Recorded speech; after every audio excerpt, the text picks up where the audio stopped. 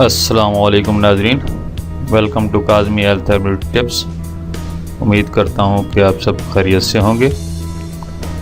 ہیضہ کیا ہے؟ ہیضے کا آسان گھریلو علاج۔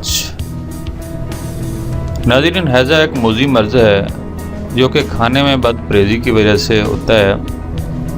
معدہ کام کرنا چھوڑ دیتا ہے، جس وجہ سے مریض کو پیچس اور قے ہونے لگ جاتی ہے۔ بہت زیادہ پیاس لگتی ہے، مگر معدہ کمزور ہونے کی وجہ سے کچھ بھی ہضم نہیں ہوتا۔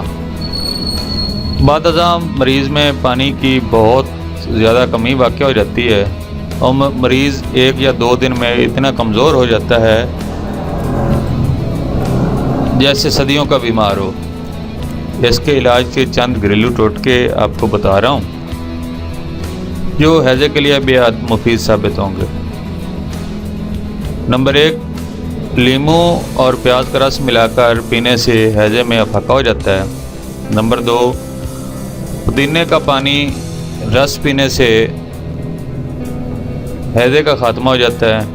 لونگ کو پانی میں ابال کر پینے سے ہیضے میں لگنے والی پیاس ختم ہو جاتی ہے۔ پیاز کے رس میں چٹکی بھر ہینگ ملا کر ہر آدھے گھنٹے بعد استعمال سے ہیضے کی بیماری سے شفا ملتی ہے۔ ناظرین، یہ چیزیں آپ بنا کے رکھ لیں۔